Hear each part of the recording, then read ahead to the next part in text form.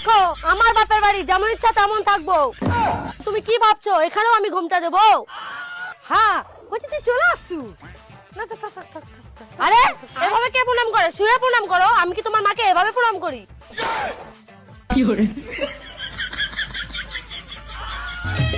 যে শাড়িটা পরে নাও। শাড়ি? আরে বলছি তুই জামাইকে শাড়ি দৌড়ে পড়তে।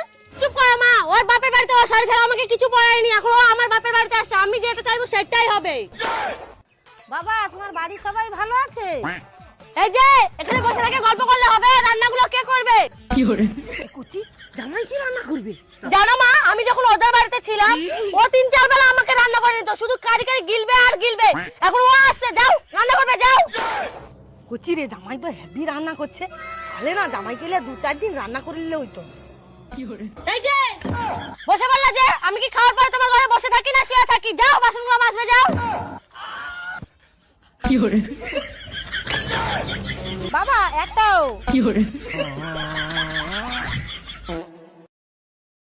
Download ShareChat.